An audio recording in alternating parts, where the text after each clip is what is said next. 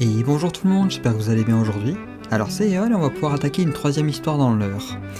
Une histoire assez complexe, il y a beaucoup d'informations à connaître et j'ai essayé de résumer le tout en 2 minutes, ce qui n'a pas été facile. Donc si vous voulez en savoir plus, n'hésitez pas à aller voir les liens en description. Il y a les sources, comme ça au moins vous pourrez avoir toute l'histoire. Moi j'ai fait de mon mieux pour essayer de garder que l'essentiel pour la légende. Allez, sur ce c'est parti, je vous propose qu'on perde pas plus de temps.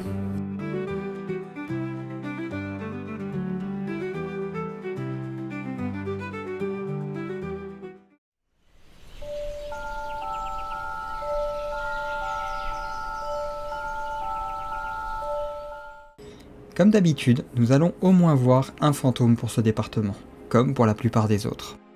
Une nouvelle dame blanche qui cette fois entra à un lieu assez inédit, une abbaye. Plus précisément, l'abbaye de Mortemer. Car oui, ce sera bel et bien le premier fantôme vu dans nos légendes qui pourra hanter un lieu normalement saint. D'autant qu'il s'agit d'une figure assez connue dans la région, car il s'agirait d'une princesse de la maison de Normandie, et de plus, la fille du roi d'Angleterre, Henri Ier. Et comment une princesse anglaise a-t-elle pu venir en Normandie ?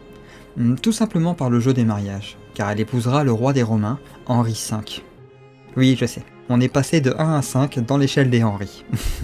Bref, trêve de blagues, reprenons notre sérieux. Elle se nommait Mathilde l'Emperesse, et je vous laisse voir le lien en description pour vous faire une idée de son histoire, qui est à la fois riche et très intéressante.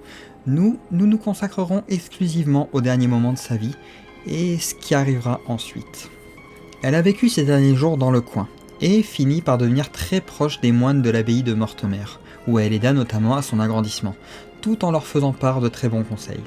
À sa mort, la princesse fut inhumée dans un premier temps à l'abbaye du Bec, puis dans la cathédrale de Rouen, bien plus tard, après la guerre des 100 ans. On prétend dès lors que son fantôme entrait la fameuse abbaye sous les traits d'une dame blanche, inoffensive pour les inconscients qui pourraient la croiser, heureusement. Elle se contente d'errer entre les pierres, apparaissant ici et là à ceux qui passent par son chemin. Mais ce n'est pas tout.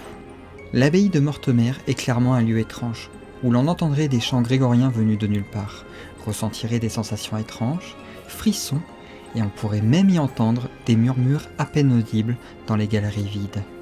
D'ailleurs, un autre récit nous parle de 4 moines qui ont été exécutés pendant la Révolution française, et entrés telles des ombres furtives le bâtiment, provoquant d'étranges courants d'air glacés, et peut-être même les fameux chants.